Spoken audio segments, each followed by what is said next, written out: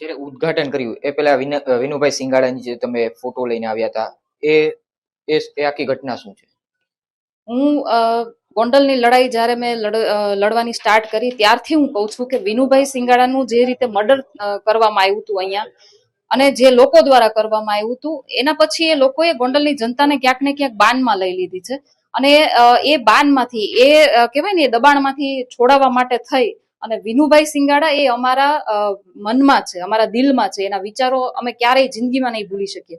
વિનુભાઈ સિંગાડાના વિચારોને ધ્યાનમાં રાખીને એના આધીન અમે ફરી પાછી ગોંડલની જનતાને આઝાદી તરફ લઈ જઈ રહ્યા છીએ. એટલા માટે વિનુભાઈ સિંગાડાને સાથે રાખીને આમ આદમી પાર્ટીના કાર્યાલયનો શુભારંભ કરેલો છે. રાજકોટના નેતા હોય કે બીજા કોઈ નેતા હોય, બધા જ આવ્યા છે. ગોંડલનું એક નામ નિમિષાબેન કુટ, એ કેમ આજે નથી આવ્યા? નિમિષાબેનને અમે કાલે ઇન્વિટેશન આપ્યું હતું અને એના પર્સનલ કારણોસર એ આજે અહીંયા ઉપસ્થિત નથી, એટલે આવી શક્યા નથી. છેલ્લા કેટલાય સમય થયા તમારી સભા હોય ત્યાંય નથી આવતા, બીજા ગામમાં એ જાય છે, બીજા ગામમાં સભા કરે છે, એના સોશિયલ મીડિયામાં ફોટા નાખે છે. તો શું આ પ્રદેશને નહીં ખબર હોય? પાર્ટી દ્વારા દરેક નેતાઓને અલગ અલગ જવાબદારીઓ આપેલી હોય છે. હું ક્યારેક ગામડાઓમાં હોઉં ત્યારે નિમિષાબેનના તમે વિડીયો જોયા હશે, નગરપાલિકાની અંદર કામગીરી કરતા હોય છે. એટલે પાર્ટી દ્વારા જેને જ્યાં જવાબદારી આપી હોય છે ત્યાં એ લોકો કામ કરતા હોય છે. એવું એમાં બીજું કંઈ વાત મોટી કરવાની જરૂર નથી.